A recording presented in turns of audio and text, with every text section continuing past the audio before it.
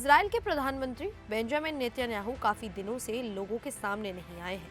इसीलिए इजराइल में बेचैनी और तरह तरह की अफवाहें फैलने लगी हैं। मार्च 2026 के बीच खासकर 15-16 मार्च के आसपास तेल अवीव में हजारों लोग सड़कों पर उतर आए।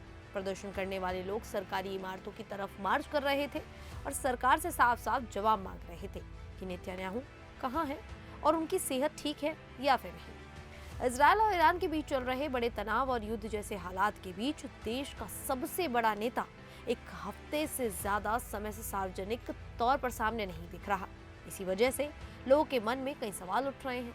कुछ लोगों को डर है कि कहीं नेतन्याहू बीमार तो नहीं हो गए, किसी हादसे का शिकार तो नहीं हुए या फिर सुरक्षा कारणों से कहीं छिपे हुए तो नहीं है। इसीलिए लोग सरकार से सच्चाई बताने की मांग कर रहे हैं। अफवाहें सबसे ज्यादा तब फैलने लगी जब 14 मार्च को हुई एक अहम सुरक्षा और कैबिनेट बैठक में बेंजामिन नेतन्याहू शामिल ही नहीं हुए। ये बैठक ईरान के साथ चल रहे युद्ध जैसे हालात को लेकर बुलाई गई थी। आमतौर पर ऐसी अहम जिम्मेदारियों में नेतन्याहू हमेशा से मौजूद रहते हैं, इसीलिए उनके न आने से लोगों के मन में और सवाल खड़े हो गए। इसके बाद सोशल मीडिया पर तरह तरह की बातें फैली। कुछ लोग कहने लगे कि शायद नेतन्याहू मारे गए हैं या ईरान के हमले में घायल हो गए हैं। कुछ लोगों ने तो ये भी दावा कर दिया कि जो भी उनके वीडियो या फोटो सामने आ रहे हैं वो असली नहीं है, बल्कि एआई से बनाए गए नकली वीडियो है। इतना ही नहीं, कुछ ईरानी मीडिया और सोशल मीडिया अकाउंट्स ने भी ऐसी खबरें फैलानी शुरू कर दी कि नेतन्याहू अब जिंदा नहीं है। इन अफवाहों की वजह से इजराइल में तनाव और बढ़ गया, क्योंकि युद्ध जैसे हालात के बीच लोग अपने नेता से साफ और भरोसेमंद जानकारी चाहते हैं। तेल अवीव में सड़कों पर उतरे ज्यादातर लोग वही हैं जो पहले से ही बेंजामिन नेतन्याहू की सरकार से नाराज चल रहे हैं। उनकी नाराजगी गाजा पट्टी में चल रहे युद्ध, बंधकों की रिहाई के मुद्दे और अब ईरान के साथ बढ़ते नए संघर्ष को लेकर है। प्रदर्शन कर रहे लोगों का कहना है कि सरकार सही जानकारी नहीं दे रही है और प्रधानमंत्री लोगों से दूर हो गए हैं। इसीलिए लोग खुलकर जवाब मांग रहे हैं कि आखिर सच क्या है और प्रधानमंत्री ठीक है या नहीं। रिपोर्ट्स के मुताबिक 15 मार्च से ये प्रदर्शन शुरू हुए और बड़ी संख्या में लोग सड़कों पर उतर आए। प्रदर्शनकारी सरकारी इमारतों की ओर मार्च कर रहे थे और जोर जोर से नारे लगा रहे थे। हालात को संभालने के लिए पुलिस को भी दखल देना पड़ा और भीड़ को नियंत्रित करने के लिए कार्रवाई करनी पड़ी।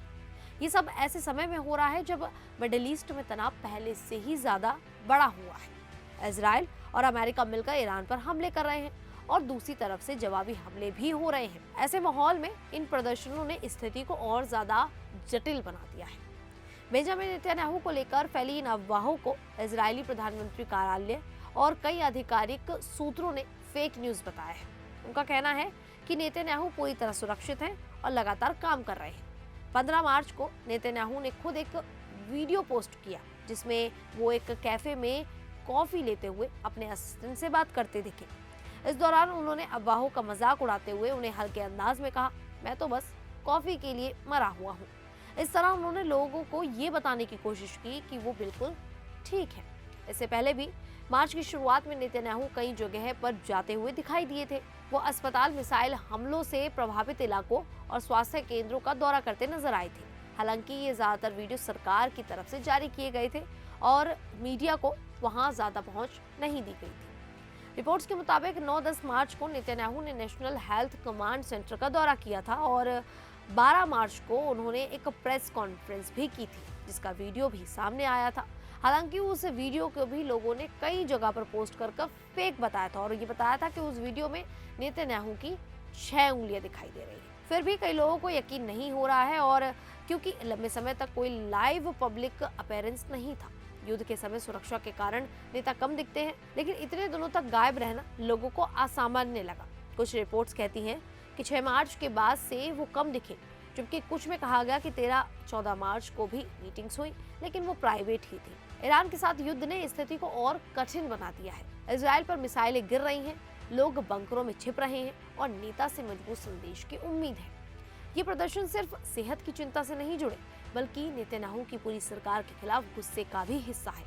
विपक्ष और आम लोग कहते हैं कि युद्ध लंबा खिंच रहा है, अर्थव्यवस्था प्रभावित है और सरकार जवाब ही नहीं दे रही है।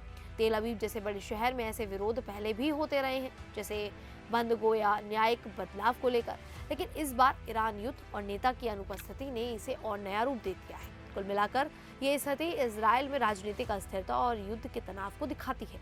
लोग चाहते हैं कि नेता सामने आए, साफ बोले और भरोसा दिलाए। अफवाहें कम होने के लिए आधिकारिक पुष्टि होनी जरूरी है, वरना ऐसी बेचैनी बढ़ती ही रहेगी। खैर, आप लोगों को क्या लगता है कि सच में नेतन्याहू को कुछ हो गया है या वो छिपे हुए हैं? आप हमें अपनी राय कमेंट करके जरूर दें। अभी के लिए इतना ही, फिर हाजिर होंगे ऐसी ही देश और दुनिया से जुड़ी बड़ी खबरों के साथ। तब तक के लिए देखते रहिए द न्यूज़ 15।